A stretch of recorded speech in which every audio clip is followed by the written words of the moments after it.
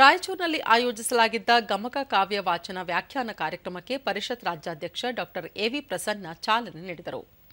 ಕರ್ನಾಟಕ ಗಮಕ ಕಲಾ ಪರಿಷತ್ ಹಾಗೂ ರಾಯಚೂರು ಘಟಕಗಳ ಸಂಯುಕ್ತ ಆಶ್ರಯದಲ್ಲಿ ನಡೆದ ಕಾರ್ಯಕ್ರಮದಲ್ಲಿ ಪರಿಷತ್ ಕಾರ್ಯದರ್ಶಿ ದಕ್ಷಿಣಮೂರ್ತಿ, ಕ್ಲಾರಿನೆಟ್ ವಾದಕ ಡಾ ಪಂಡಿತ್ ನರಸಿಂಹಲು ವಡವಾಟಿ, ರಾಜ್ಯೋತ್ಸವ ಪ್ರಶಸ್ತಿ ಪುರಸ್ಕೃತ ಗಮಕ ಕಲಾವಿದರು ಉಪಸ್ಥಿತರಿದ್ದರು.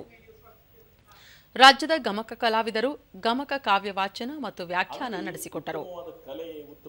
ಸಾಹಿತ್ಯ, ಉತ್ತಮವಾದ ಚಿಂತನೆಗಳು ಮೂಡಿಬರುವುದು. ಬಳಿಕ ಡಾ ಎವಿ ಪ್ರಸನ್ನ ಸಂಘರ್ಷಗಳೇ ಶ್ರೇಷ್ಠ ಸಾಹಿತ್ಯ ನಿರ್ಮಾಣಕ್ಕೆ ಸ್ಫೂರ್ತಿ, ಪರಕೀಯರ ದಾಳಿಯ ಸಂದರ್ಭದಲ್ಲಿ ಹಿರಿಯರು ಅಲ್ಪ ಸ್ವಲ್ಪ ರಕ್ಷಿಸಿದ್ದ ತಾಳೆಗರಿ ಮೊದಲಾದವುಗಳನ್ನು ಆಧರಿಸಿ ಕಲೆಯನ್ನು ಉಳಿಸಿ ಬೆಳೆಸಬೇಕಿದೆ ಎಂದರು.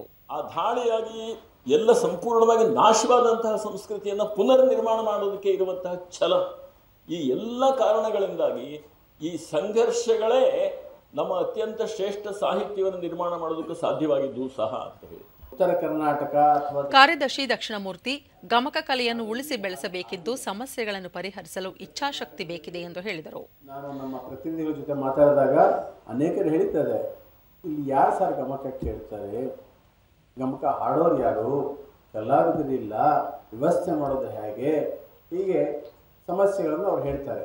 ಅವರು ಸಮಸ್ಯೆಗಳನ್ನು ಹೇಳೋದು ವಸ್ತುಸ್ಥಿತಿ ಹೌದು, ಆದರೆ ಅದೆಲ್ಲ ನಿವಾರಣೆಗೆ ಒಳಪಡುವಂಥದ್ದೇ. ಅದನ್ನು ನೀವು ಎಲ್ಲ ಸೇರಿ ನಿವಾರಿಸೋಣ.